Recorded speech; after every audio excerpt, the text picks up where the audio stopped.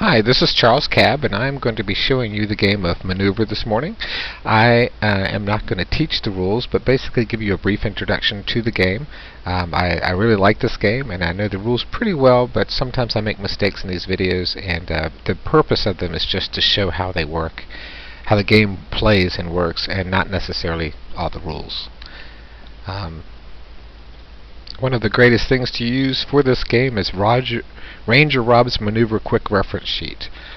This sheet has all the steps and all the terrain and everything built right into the tab, so it's really easy to follow. Sequence of play for the setup is here. Sequence of play for playing is here. The victory is explained very easily here, and here are the terrain effects. So the first thing we're going to do is each player would roll a die. The highest one would be the first player, the lower would be the second player, and the first player chooses and lays out the 4 maps. So just showing you the Vassal module and how that works, you click on the maps, and the first player, and sometimes it takes a bit for it to load, selects and chooses which map that they want. So you have to shift and right click and decide where you want each map.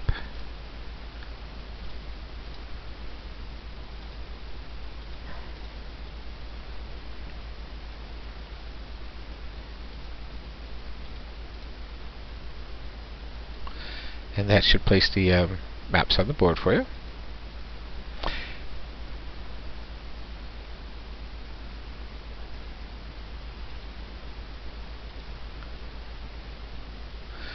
Now, since the first player has laid out the 4 maps, the second player chooses the 2 nations. So we go into the A decks and B decks here. Alright, and you have to do 1 deck only. And you right click on the deck that you want and send a draw deck for the A player, and then do the same thing. Actually, would I do the French versus the British?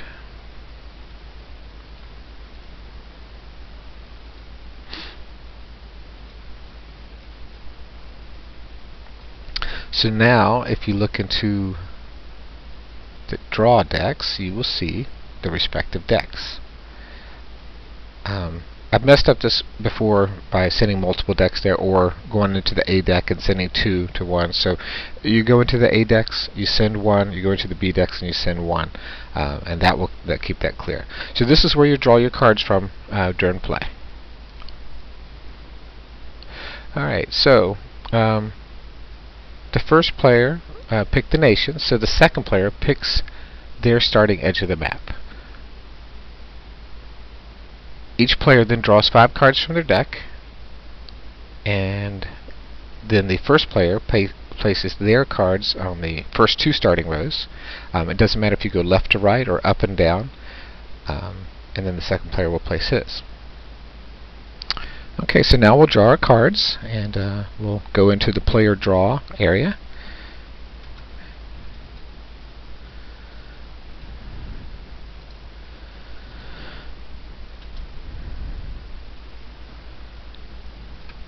And we draw our cards, and we'll set those to the side.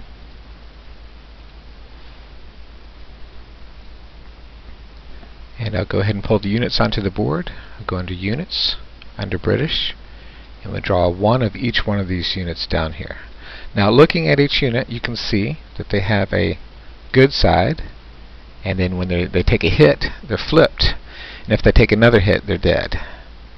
So their unit strength is the number on the bottom right. I'll go ahead and pull all these out, and I'll be back in just a second. So just to give you an overall perspective of what's going to happen after we set up the units on the board here, and again, you can start from left to right, or the first 2 rows on the top, first 2 rows on the left. It doesn't really matter. So what happens is you have your cards which you've drawn, and the first thing that happens is a discard phase. And what that does for you is it lets you get rid of any cards that you don't want. After you place your units on the board here, you'll look at what units you have in your hand, and you'll be able to know which ones to attack. In order for you to have a unit attack, you have to play a card. So if you're planning to attack with him, and you want to look at his unit strength to try to decide if that's an important match for you. Oops, looking at the wrong side here. Where's the 4th? Okay, the 4th is a base of 7, and then he would have a 2d8 for his attack. So when considering where to place him, you might want to place him close to the front. You might want to place him behind terrain, and we'll talk about the advantages of terrain here in a second.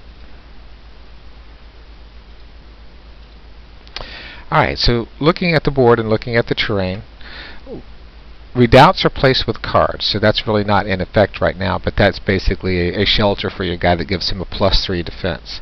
The woods give you +2 defense, and it blocks line of sight. So if a unit charges up this way, they can never shoot me. The order of play is discard a card, retrieve a card, move any unit, but you have to use move 1 unit, and then combat if you want for any unit. So I could stay right there. I could pop into this on my turn as my movement and then do an attack, and then I'd have the defensive value of that terrain if he decided to fight back on the next turn. So when you're placing your units, you can kind of think about where the terrain is and can you get there fast enough. Here's a nice hill and a town. Town gives you +3, hills give you +2, and then when you're attacking to a non-hill, when you're attacking from a non-hill, it's also a +2 for your attack. So you're basically shooting downhill. That could be wrong. I'd have to look up the rule to make sure, but I'm pretty sure that's the way it is. I'll go ahead and set up the rest of the units.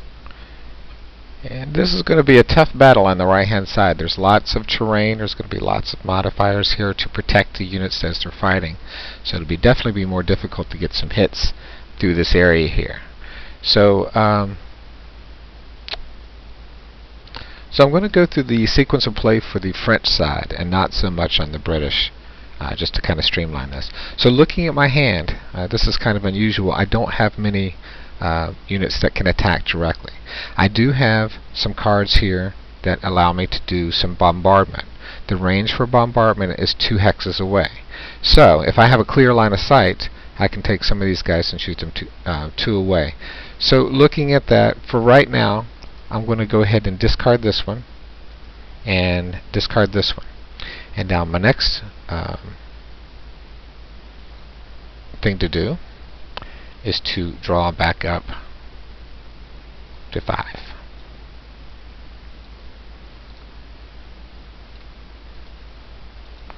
Okay, so now I have a guard cavalry. So that ends the discard phase and the draw phase. Now I have to move 1 unit. The way movement works is it has to move orthogonally, which means it can only move up, down, left, or right. And then cavalry can move up to 2, but they cannot backtrack. They can't go up forward 1 and then back here. So cavalry can move here and then here if he wants, or cavalry can move here and then here, sort of like that. So the French will go with their movement, and we will move the Guard Imperial into the woods here. And then the British would go through their discard phase, their draw phase, their movement phase, and their combat. We don't have any combat yet. Okay, so it is now the French's turn, and we'll talk quickly about these cards and what they mean. So, like I was saying, the name at the top has to match the regiment in order to perform an attack. The types of attacks and defenses that can happen on the card are listed on the card. So, if your card has an attack of 2d10, that's what you add to the attack plus the value of the unit for that specific unit. So Guard Cavalry, which is here, has a base of 8 and would be able to add a 2d10 to his attack. If somebody was attacking him, I could play a defensive card to protect him, taking him up to a 12. And then if he attacks somebody and they retreat, he also does a pursuit, which means he can chase them down and roll a 1 to a 4 to hit them. So he's not required to advance. Unless it's listed on the card, cavalry must advance after an attack. So since the game continually goes through this and reshuffles. The more you discard a unit, the less likely you are to have it. So if a unit's dead or eliminated, you definitely want to discard it because you don't really care if that card's in your hand or not. But if this unit was eliminated and I got this card, it really wouldn't do me any good because I can't use it for anything. So that would be a discard for this hand. But for this hand, I'm not going to discard anything. Since I didn't discard, I'm not going to draw. And I'm going to move my cavalry up. And that will end my turn. A restoration phase, I have nothing that's been hit or no restoration cards to play.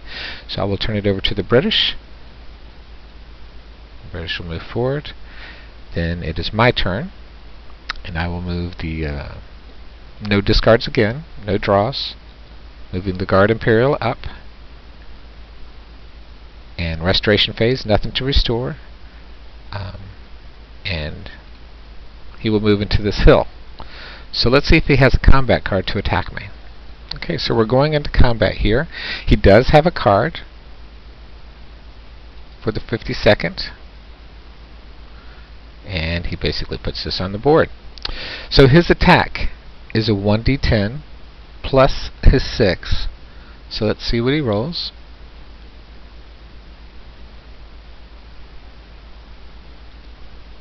He rolls an 8, which is 14 to my 8.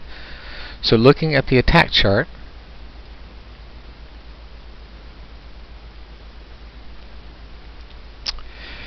is the attack less than the defense?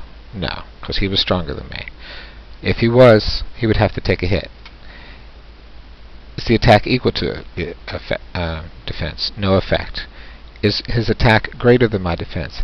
So now I have the choice of either a hit or a retreat. Is the attack greater than the defense by 2? So the person who's attacking me has the choice of telling me whether I take a hit or a retreat. And if it was 3, it would be a hit and a retreat. And if it was 4 times the amount, that would be eliminated. So I will choose to retreat here.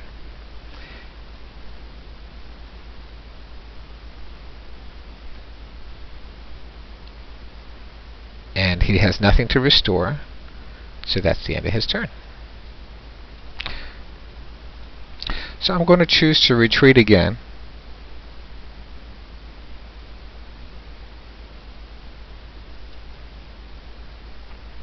And then no discards. And I'll let him move up 2. And we'll skip the card draws and things like that for a while just so we can get some units moved around on the board here.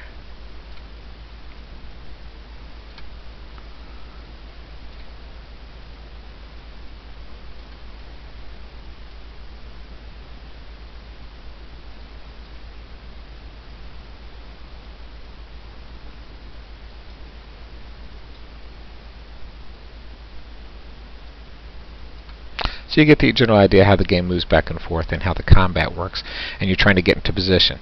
So one unique card that I have here is a commander. He can command 4 units to attack at the same time. If he goes into combat, he can add 5 to a combat.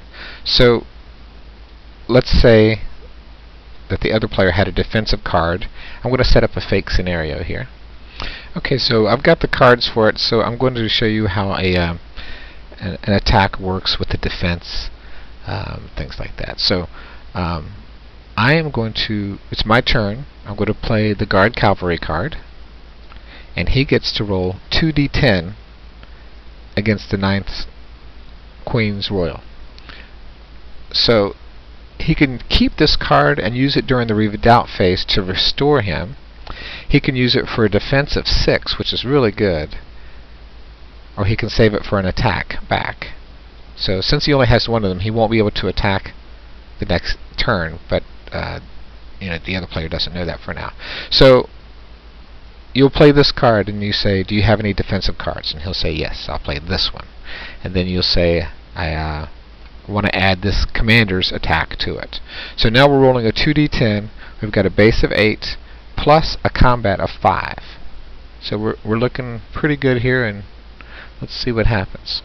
So right now the base is 13 to 13, and I'm going to roll the attack, which is a 2d10, and we got a 14.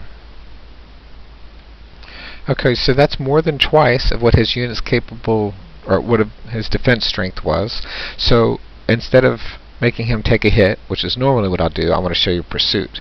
So I'm going to make him retreat, and he can retreat in any direction here, and I wanted to show you how the pursuit works. He's not required to advance if he doesn't want to, but he will. He's going to move forward. I also forgot to add the +3 for the mountain, or the +2 for attacking from a hill. So if we roll a 1 to a 4 on a d6, then he takes a hit. And the unit is flip. And if he takes another hit, he's gone. And that's where he goes into the graveyard here for tallying up later on. And that's pretty much how the gameplay works.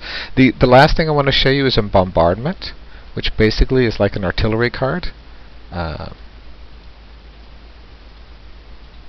So for the guard cavalry, I have a bombardment card. I can't use this card for an attack, so I can't really use this to add to my unit's value. But I can use it from bombardment, which lets me do at a range of 2, 1 or 2 spaces away with a clear line of sight, I can shoot 2d6. So I'm going to go ahead and shoot 2d6. It has 3.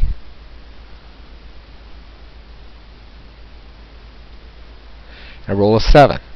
7 is more than twice, so I can choose whether he takes a hit or retreat, and I will eliminate him. The object of the game is to eliminate more units, of course, and to move past the center line here into the opponent's area.